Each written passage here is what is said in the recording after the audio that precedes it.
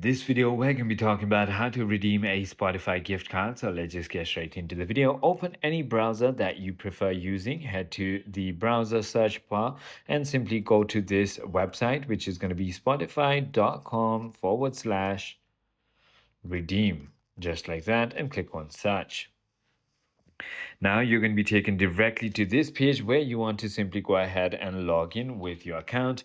Once you simply go ahead and log in with your account, so let me just go ahead and enter the verification code real quick.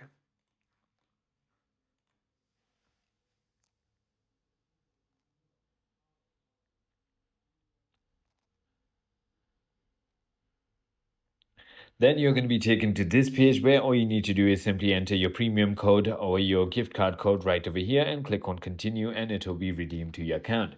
It is as simple as that. I hope this video clarifies everything for you. If you have further more queries, feel free to comment down below and I'll see you on